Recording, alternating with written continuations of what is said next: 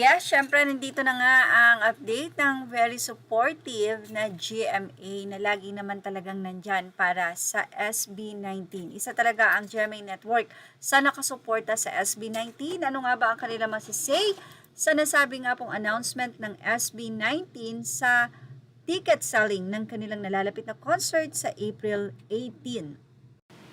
Here's another feat for SB19. The P-Pop Kings have charted once again, this time as part of Spotify's top albums debut global list, the streaming giant announced on X. Siguro marami ang nakakapansin na madalas ginagamit ng SB19 ang number na 8. Katulad ng kanilang wakas at simula concert, ito po ay gaganapin sa April 18. Tapos, ang releasing naman ng OVP sa ticket nila ay sa February 28. So, lagi pong kasama ang 18.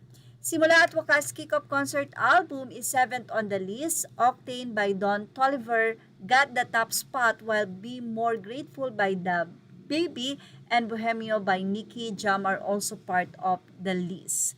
Ang SB19 po ay pumapang pito sa nasabi nga pong Spotify. It's that time again, weekly charts are here who's dominating your playlist. Ito po ay updated February 3. Well, say nga ng mga fans, ang ganda ng album kasi. Maririnig kasi ang mga tawa nila, live na live talaga. Ganyan ang organic, di ba? Sariling sikap para umangat. Tama po, Caps. Siyempre, legacy na ang aming mahalima Kings of P-Pop SB19 deserve it. Yung lahat ng album nila from Pagsibol era is nag-iingay sa mga charts. Congratulations SB19 and kudos sa lahat ng ating 18. Ang solid nyo, focus lang sa magagandang bagay. And ang ilan naman ay sinabing deserve na deserve. Congratulations SB19. As in global, say it all. Congratulations SB19 and fellow 18. Global list, congratulations SB19.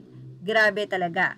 SB19 simula at wakas concert album makes it to Spotify Tops Albums debut global list. So kamakailan lamang sa iTunes, sila po ay pumangalawa.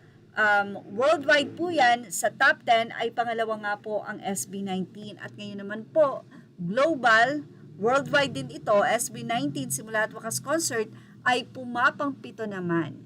So yon, sabi nga ng mga fans, napaka-organic naman nga kasi. Well, ano po ba sa inyo about dito? Ilagay na ang inyong opinion sa ating comment section. Images or all credit to the rightful owners. Please like, share, and subscribe. Thank you for watching Showbiz Now.